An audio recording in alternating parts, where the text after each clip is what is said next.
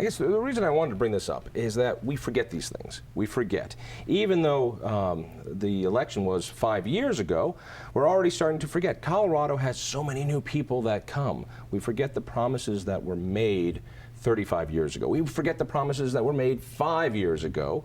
And I think RTD should be held to those promises, and I want people to remember, this is not the first time RTD has promised one thing and not delivered it. This is the second time RTD has promised something and not delivered it. But the promise really was that it was a mass transit system. No, it wasn't. And PRT was part of that solution. It was a piece to the puzzle. And then what we've continually heard from voters time and time again, because things are happening. 4 pieces of FasTracks are under construction. No, let's hang on a second, Kathleen. Let's take a second. Yeah. That brochure that I have is from RTD. It was published from RTD. In that brochure comes the financial part of that, where it was to be $1 billion, which is roughly about $4.7 billion in today's money, which is pretty interesting. And it promised that it would be paid off. It promised that this would be built.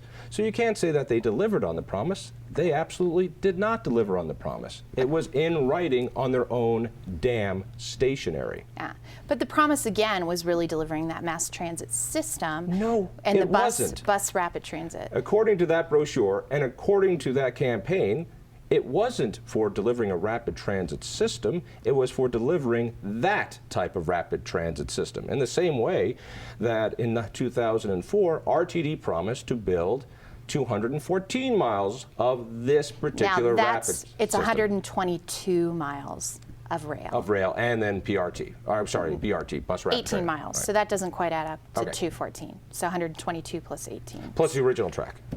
Not the original track. Right. No. Point being, Yeah. the promise was made in '73. The promise was not delivered. And they were foolish enough to put it in writing, which many of us have forgotten, but thanks to the Independence Institute files, we were able to find it. All right, let's move ahead to 2004. Now, everyone said that FasTracks was going to be on time and on budget, on time and on budget.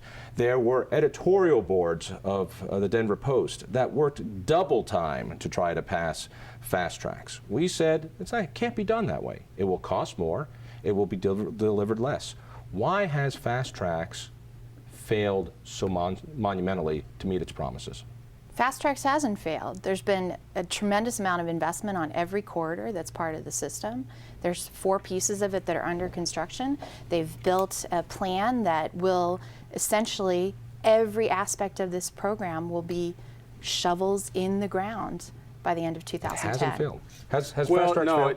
yes, it has. I mean, you couldn't build it right now based on the money that you're getting. You would have to, at least on the time frame that you originally set out. That's the key. I mean, you could kick it all the way to 2035 and conceivably build it. But John is right. I mean, it was promised some of the lines would be finished by 2015, some by 2017. All by 2017, that's my understanding. All by 2017, but you could have some operational even before then. And unless they've changed, the last time I heard Philip Washington, who leads RTD now, talk about this issue, that is their goal, to have it done by 2017. Right, and in my mind, and what we're hearing from the public, what we're hearing from the public that we work with, and through our education and through sharing these tools, it is a question of, to voters, it's not about a tax increase, it's a question of, do you want it now or do you want it later?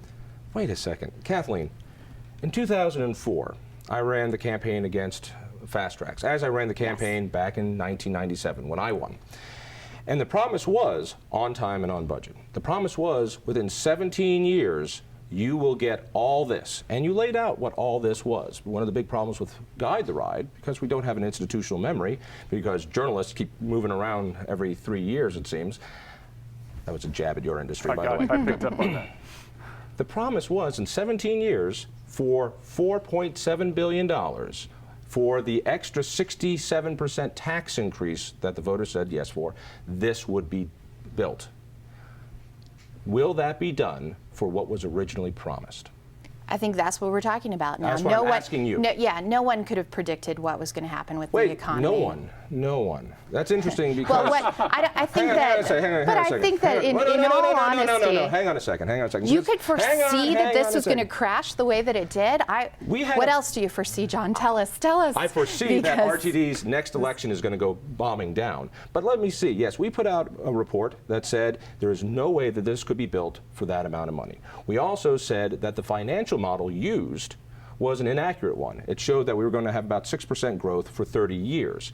It was a childish, ridiculous proposal built on an economic proposal that even the goobs at the Independence Institute could see wasn't going to work. So I want to hear an admission that the promise we made and that Transit Alliance pushed back in 2004 cannot be fulfilled.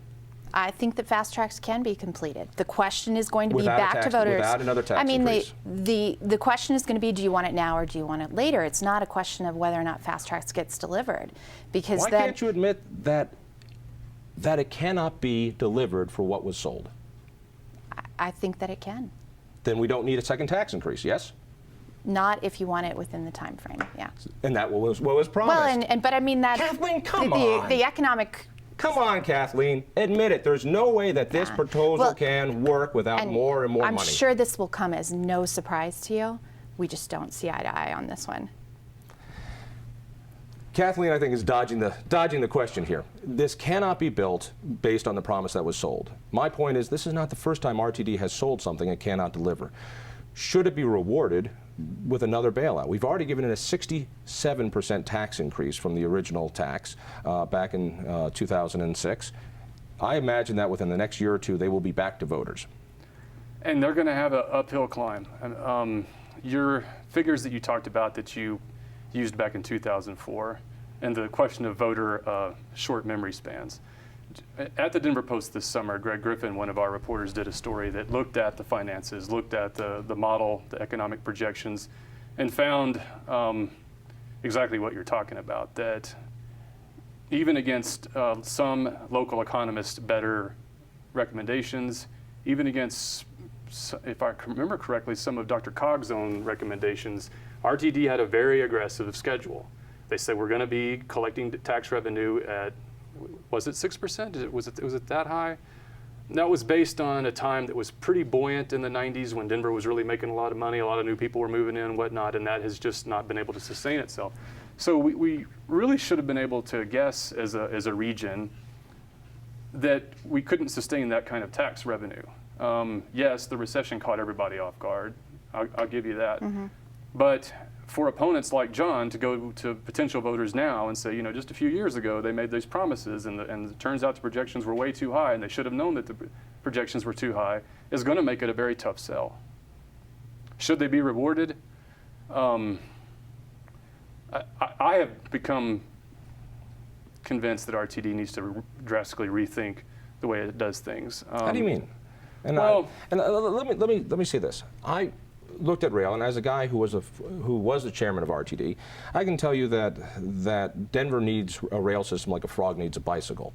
That doesn't mean we don't need a good transit system. I believe in transit. Matter of fact, we are spending a massive amount of money for transit. Instead of giving that subsidy to people who are transit dependent, which was the original purpose of RTD, and the money that came out of the Great Society was to help people who needed that transportation system. Instead, we're building fancy trains to Yuppieville so that guys can come down from Highlands Ranch and watch a ball game without paying parking. That's not why we pay this tax. What I'm concerned about is, let me admit this, people love rail. I will admit this. People love it. Rail. They love it. It's a $1 million smile when you do the city promotions. And you can't. Train goes zipping across the camera. Exactly. You can't open up a local newscast without a flash of a train going by. It's a pretty thing to look at. Well, and more importantly, they love it and support it and want it.